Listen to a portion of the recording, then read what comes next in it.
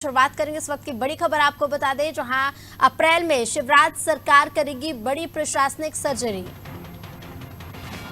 Collector commissioner conference के बाद surgery होगी। पुअर परफॉर्मेंस वाले अफसर हटा दिए जाएंगे। विभागों के सीएस एसीएस भी बदलने की तैयारी है। मंत्रालय में सेक्रेटरी डिप्टी सेक्रेटरी के प्रभार बदलेंगे और दर्जन भर से ज्यादा अफसर फील्ड पर तैनात होंगे। तो अप्रैल में शिवराज सरकार बड़ी प्रशासनिक सर्जरी करने जा रही है। कलेक्टर कमिश्नर कॉन्फ्रेंस के बाद सर्जरी की जाएगी।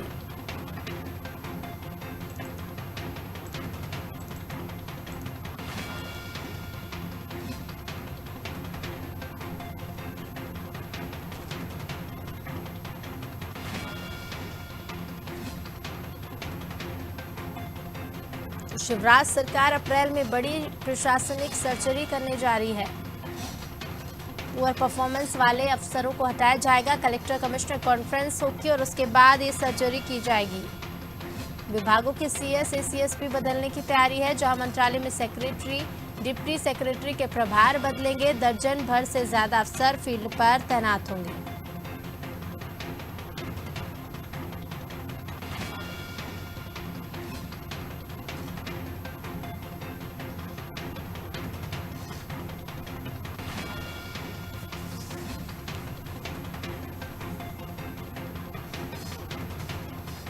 तो विभागों के सीएस एसीएस भी बदलने की तैयारी है।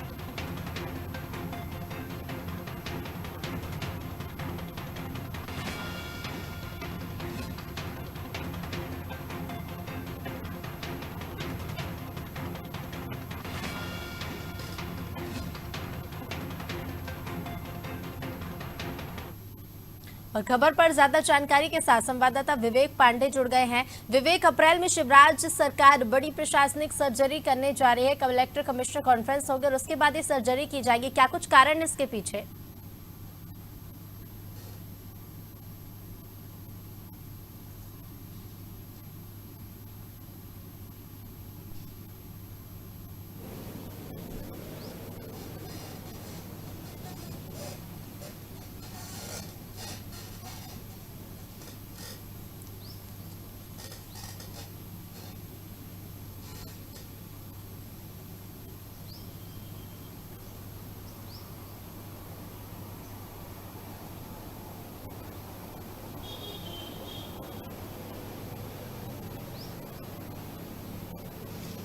देखिए, कल ही मुख्यमंत्री शिवराज सिंह चौहान ने कलेक्टर कमिश्नर के साथ बैठक की है और उन्होंने एक जो सबसे महत्वपूर्ण बात ये कही है कि सरकार उनके ही मुताबिक चलेगी। किसी भी अफसर की कोई भी लापरवाही और मनमर्जी नहीं चलेगी। इससे साफ है कि अगले महीने अप्रैल माह में 8 अप्रैल को कलेक्टर कमिश्नर कॉन्फ्रेंस है और उसके बाद ठीक बड़ी सर्जरी करने के आसार भी बन गए हैं। उसके पीछे का कारण ये है कि मार्च का महीना खत्म हो जाएगा और नए वित्तीय वर्ष की शुरुआत हो जाएगी। यानी कि मध्य प्रदेश का जो बजट एलोकेशन है, जो विभागों और जिला स्तरों पर जो डिस्ट्रीब्यूट होना है योजनाओं के तहत, सरकार बड़े पैमाने पर योजनाएं शुरू करने वाली है। ऐसे में उन कलेक्टर और अफसरों की जो परफॉर्मेंस रिपोर्ट है वो चेक की जाएगी जिन्होंने एक साल के अंदर बेहतर काम किया है और जिनका खराब परफॉर्मेंस रहा है। हालांकि इस काम में चीफ सेक्रेटरी कार्यालय जो है वो पूरी तरीके से लग चुका है। मुख्य सचिव खुद इस बात की मॉनिटरिंग कर रहे हैं कि जिला स्तर पर किन कलेक्टरों का परफॉर्मेंस अच्छा है और किन का बेहतर नहीं है।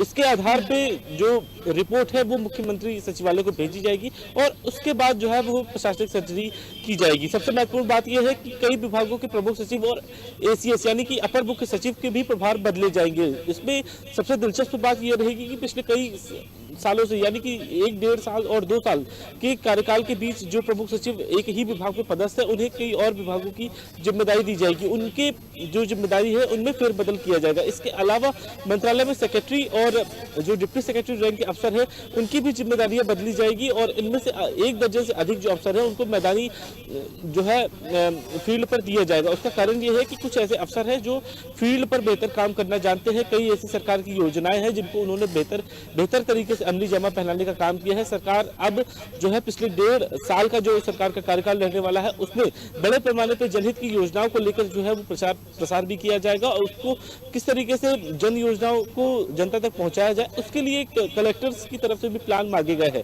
हालांकि सबसे महत्वपूर्ण बात यह है कि रेवेन्यू के क्षेत्र में जिन कलेक्टरों ने बेहतर काम किया है, उनको फिलहाल जो है वो रियायत इस बार मिलेगी। उनके तबादले फिलहाल राज्य सरकार नहीं करने वाली है, लेकिन जिनके परफॉर्मेंस खराब है वो सरकार की रडार पर है और प्रशासनिक सर्जरी में उनका नाम शामिल है।